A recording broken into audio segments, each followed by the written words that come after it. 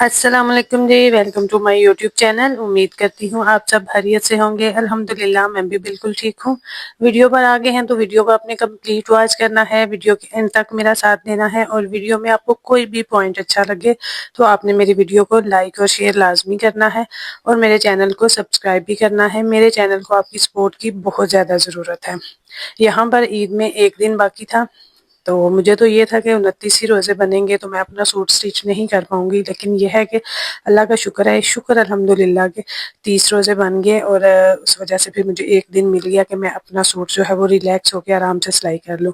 लेकिन यहाँ पर कहने वाली बात यह है कि रिलैक्स तो मैं फिर भी नहीं हुई, क्योंकि जैसे ही रात को मुझे पता चला कि सुबह ईद नहीं है तो मैं फिर लेज़ी हो गई। मैंने कहा चलो जी कल का दिन मिल गया, कुछ काम कल कर लेंगे, कुछ आज कर लेते हैं। तो मैंने जो कल काम करने वाला था वो भी आज के लिए छोड़ दिया। तो उसके लिए क्या हुआ कि अब मुझे भागम भाग बस भागती फिर रही हूँ, कभी इधर कभी उधर, कभी घर का काम, कभी बच्चों का, कभी मशीन पे। तो कस्टमर्स जो जिनके ड्रेसेस रह गए थे उनकी भी कॉल्स आ रही थी। तो एक तो सुबह आ गई ना कपड़े लेने के लिए, तो फिर उसको मैंने ये बोल के वापस भेज दिया कि आपका घर करीब ही है तो आप ईद वाले दिन सुबह सुबह आके दे जाना। बेशक 6 बजे 7 बजे मैं जाग ही रही होती हूँ। फिर थोड़े मसाले मसूले लगाए के बच्चों को भेज देना। कुछ भी मैं प्रेस करके रखूंगी, कौन सा आपको प्रेस करने पड़ेंगे, ऐसे ही कोई मसाले मसूले लगा के फिर उसको तो भेजा। मैंने कहा चलो उसका तो रात को कर लूंगी। तो बाकी फिर भी 2 सूट बच रहे थे, उनमें से एक तो कर चुकी थी। फिर मैंने कहा पहले अपना कर लूँ, उसके बाद फिर जो टाइम बचेगा उसके बाद जो है ना रात को वो वाला ड्रेस कर लूंगी। लेकिन मज़े की बात यह है कि वो भी मैंने शाम तक देना है, क्योंकि उन्होंने दूर से आना है तो वो शाम को अफ्तारी के बाद तो लाजमी आ जाएंगे ना कपड़े लेने के लिए। तो यहाँ पर भी मैं जल्दी जल्दी सारा काम कर रही थी कि इसको वाइंड अप करूँ, क्योंकि मेरे अपने जो ड्रेसेस हैं वो मैं बहुत जल्दी स्टिच कर लेती हूँ। अच्छा, यहाँ पर मैं आपको बैक नेक का वो तरीका बता रही हूँ कि आपने बैक नेक की कटिंग कितनी करनी है। जो हमारा फ्रंट वाला गला होता है उससे आधा इंच बढ़ाकर हमने जो बैक नेक है उसकी कटिंग करनी होती है और इसकी गहराई हमने 2.5 इंच इस पर देनी होती है। अब इसको आपने इस तरह से राउंड शेप दे लेनी है। राउंड शेप देकर इसके ऊपर अब आप इस तरह से कटिंग कर लेंगे। अगर कोई बहुत ज़्यादा डीप गला पहनता है तो वो तकरीबन 3 इंचेस पर कटिंग कर ले, लेकिन मैं अपनी जो है वो 2.5 इंचेस पर करती हूँ और कस्टमर्स जो है मेरे नॉर्मली जिनके नॉर्मल गले होते हैं उनका मैं 2.5 इंचेस पर ही ये गला जो है वो काटती हूँ। अब इस तरह से आपने जो रेप पट्टी है आपने तिरछी पट्टी काटनी है, सीधी पट्टी आप बिल्कुल नहीं काटेंगे। इस तरह से तिरछी पट्टी काट कर आपने तकरीबन 1 या 1.5 इंच की पट्टी आप काट लेंगे। उसको इस तरह से रख लेंगे, जहाँ से हमारे गले की बुकरम स्टार्ट हो रही है उसके बिल्कुल साथ से आपने सिलाई स्टार्ट करनी है। बुकरम के ऊपर आप सिलाई नहीं लगाएंगे। ये देखें यहाँ पर जैसे मैं यहाँ से एंड करूंगी, ये इस तरह से आप बुकरम के बिल्कुल साथ से सिलाई को आगे ले जाएंगे। अब इसके अंदर जो हमने सिलाई लगाई है इसके अंदर छोटे छोटे कट लगा लेंगे ताकि हमारे गले की गुलाई जो है वो अच्छी आए। इस तरह से कट लगाने के बाद अब आपने इस तरह से जो हमारा अंदर मार्जिन है उसका रुख भी इधर बाहर वाली साइड पे करेंगे। इस तरह से आप करते हुए सिलाई आपने इसके बिल्कुल कॉर्नर पर लगानी है, पट्टी के कॉर्नर पर, शर्ट के कॉर्नर पर आप सिलाई नहीं लगाएंगे। इस तरह से आपने पट्टी के कॉर्नर पर सिलाई लगाते जाना है और इसको आपने खींचना बिल्कुल नहीं है। इसकी अच्छी सी आपने शेप दे के, बहुत बारीक आपने नहीं करना ना ही बहुत मोटा करना है, नॉर्मल सी आपने एक शेप दे के इस तरह से इसके ऊपर सिलाई लगा लेनी है। अब इसके साथ जो एक्स्ट्रा कपड़ा है उसको आपने इस तरह से कट कर देना है। इसके अंदर कोई एक्स्ट्रा मार्जिन नहीं छोड़ना, बिल्कुल साथ साथ, बिल्कुल सिलाई के साथ साथ आप कटिंग कर लेंगे। एक्स्ट्रा मार्जिन की ज़रूरत नहीं होती इसके अंदर, तो आपने उसको नहीं छोड़ना, आपने बिल्कुल सिलाई के साथ साथ आपने कटिंग कर देनी। अब ये जो हमारा बैक की पट्टी होती है साथ जुड़ी होती है, इसको हम यहाँ पर कट लगा लेंगे इस तरह से। अब देखें जो हमने कट लगाए हैं उनका फायदा क्या हुआ है कि हमारी ये वाली पट्टी इस तरह से टर्न हो जाएगी। इस तरह से अब जो शोल्डर की पहले सिलाई लगी है उसी सिलाई के ऊपर ये देखें इस तरह से आपने इसको टर्न करना है और जो शोल्डर की पहले सिलाई लगी हुई है बिल्कुल उसी सिलाई के ऊपर आपने इस सिलाई को भी लगा देना है। अब इसके अंदर से आपने ये जो एक्स्ट्रा पट्टी है इसको काट देना है। यहाँ पर भी मार्जिन की जरूरत नहीं, बिल्कुल साइड से सिलाई के साथ से आपने कटिंग कर देनी है।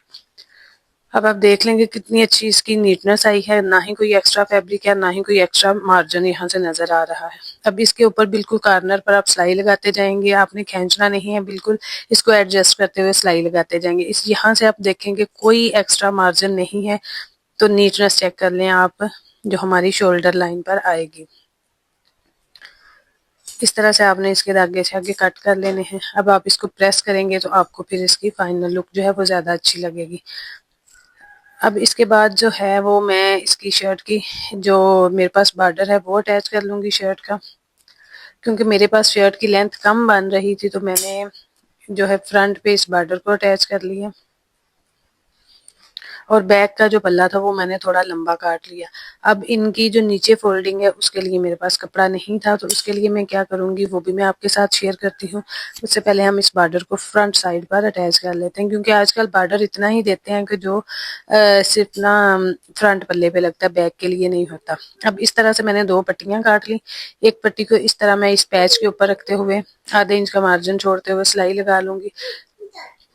इसी तरह एक पट्टी जो दूसरी काटी हुई है उसको बैक पर भी रखते हुए सेम मार्जिन छोड़ेंगे, क्योंकि मैंने कटिंग इस हिसाब से की है कि हमारे पास फोल्डिंग का कपड़ा नहीं बचा, क्योंकि लेंथ लंबी करनी थी। तो उसके लिए फिर ये वाला जुगाड़ जो है वो मैंने लगाया है। इस तरह से बैक पर भी आपने ये वाली पट्टी अटैच कर लेनी है और मार्जिन आपने वही आधे इंच का छोड़ना है। ज़्यादा मार्जिन नहीं छोड़ेंगी, ना ही बहुत कम छोड़ेंगी कि वो सिलाई 1-2 वाश के बाद जो है वो निकल जाए और फिर लोग पूछते फिरेंगे कौन से टेलर ने सिलाई की है। अब आपने क्या करना है कि लेस जो अटैच करनी है उसका तरीका भी मैं आपको बता दूँ। यहाँ से जो हमारी फिटिंग की सिलाई जहाँ पर एंड होती है हिप साइज़ पर, वहाँ से आपने बिल्कुल सिलाई के साथ आपने इस लेस को रखना है और लेस के बिल्कुल कॉर्नर पर आप इस तरह से सिलाई लगाएंगे। यहाँ पर कोई गैप नहीं देना है। फिटिंग की सिलाई और लेस में कोई गैप नहीं आना चाहिए। बिल्कुल फिटिंग की सिलाई के साथ रख के आपने लेस लगानी है। इस तरह से आपने जो क्रीज बिठाई होती है यहाँ पर एक्स्ट्रा फैब्रिक पर, उसके ऊपर आप इस तरह से लगाती जाएंगी और नीचे जो हमने एक्स्ट्रा फैब्रिक ऐड किया वहां पर आके आपने सुई को इस तरह से घुमा देना है। सुई को बाहर नहीं निकालना, इस तरह से सुई को अंदर रखते हुए आप इस तरह से लेस को घुमाकर यहाँ से कॉर्नर बना लेंगे और जो हमारा एक्स्ट्रा फैब्रिक है वो इस तरह से जब हम पलटेंगे तो वो अंदर वाली साइड पर पलटे की लुक देगा। इस तरह से आप लगाते जाएंगे। अगर अगर हमें खाली नीचे घेरे पर पलटा अटैच करना हो तो उसका तरीका और होता है, लेकिन यहाँ पर हमें क्या करना था कि हमें चारों साइडों पर एक ही सिलाई में लेस अटैच करनी, तो उसके लिए हमने क्या किया कि एक्स्ट्रा फैब्रिक जो है वो पहले नीचे ऐड कर लिया। अब यहाँ से आपने इस तरह से डबल फोल्ड करना है, नीचे से इस फैब्रिक को भी डबल फोल्ड करना है। उसके बाद इस तरह से कॉर्नर बनाकर यहाँ से आप सिलाई स्टार्ट करेंगी। अच्छा, यहाँ पर आपने कपड़ा इतना अंदर फोल्ड करना है जितना चौड़ा आपको ये वाला पलटा चाहिए। तो आप अपने हिसाब से ये वाला कपड़ा अंदर जो एक्स्ट्रा मार्जिन है उसको अंदर फोल्ड करती जाएंगे और इस तरह सिलाई लगाते जाएंगे। अब दूसरे कॉर्नर पर भी आकर सेम उसी तरीके से आपने कॉर्नर बनाना है, क्योंकि कॉर्नर से ही हमारी फिनिशिंग आती है घेरे में और दुपट्टे के पल्लों पर। जहाँ पर ये कॉर्नर आते हैं वहाँ पर आपको बहुत एहतियात से और बहुत आराम से ये वाले कॉर्नर बनाने पड़ते हैं, वरना फिर इसमें नीटनेस नहीं आती। यहाँ से इस तरह से आप पलटते हुए सुई को घुमाते हुए दूसरी साइड पर बैक साइड पर चले जाएंगे। वहां पर भी आपने सेम उतना ही मार्जिन छोड़ते हुए यहाँ पर भी सिलाई लगा लेनी है। बैक पर भी आपने कॉर्नर बहुत अच्छे तरीके से और बहुत आराम से बनाने हैं। इस तरह से जो हमने एक्स्ट्रा फैब्रिक ऐड किया था उसको आपने पूरे का पूरा इस तरह से अंदर वाली साइड पे फोल्ड कर देना है और सेम उतना ही आपने चौड़ा पलटा रखना है जितना आपने फ्रंट पर रखा था। सेम उसी तरीके से आप पलटे को फोल्ड करते हुए सिलाई लगाते जाएंगे और बैक पर भी सेम ऐसे ही आपने कॉर्नर बनाने हैं, क्योंकि कॉर्नर से हमारी जो है वो सिलाई की जो नफासत है और हमारी जो सिलाई की नीटनेस है वो इसी कॉर्नर पर शो होती है। तो इस तरह से आप कॉर्नर बनाकर सिलाई लगाते जाएंगे और उसी पॉइंट पर आकर आपने सिलाई को एंड करना है जहां से हमने स्टार्ट किया था। यहाँ से चौक वाली साइड से आपने सिलाई को स्टार्ट नहीं करना है, क्योंकि वाश के बाद फिर यहाँ से धागे निकलते रहते हैं। इसलिए आपने नीचे से जो घेरा है वहां से एक कॉर्नर से सिलाई को स्टार्ट करना होता है। वीडियो पसंद आई हो तो वीडियो को लाइक और शेयर आपने लाजमी करना है और मेरे चैनल को सब्सक्राइब भी करना है। इंशाल्लाह किसी नेक्स्ट वीडियो में आपके साथ दोबारा हाजिर होंगी। तब तक के लिए अल्लाह हाफिज।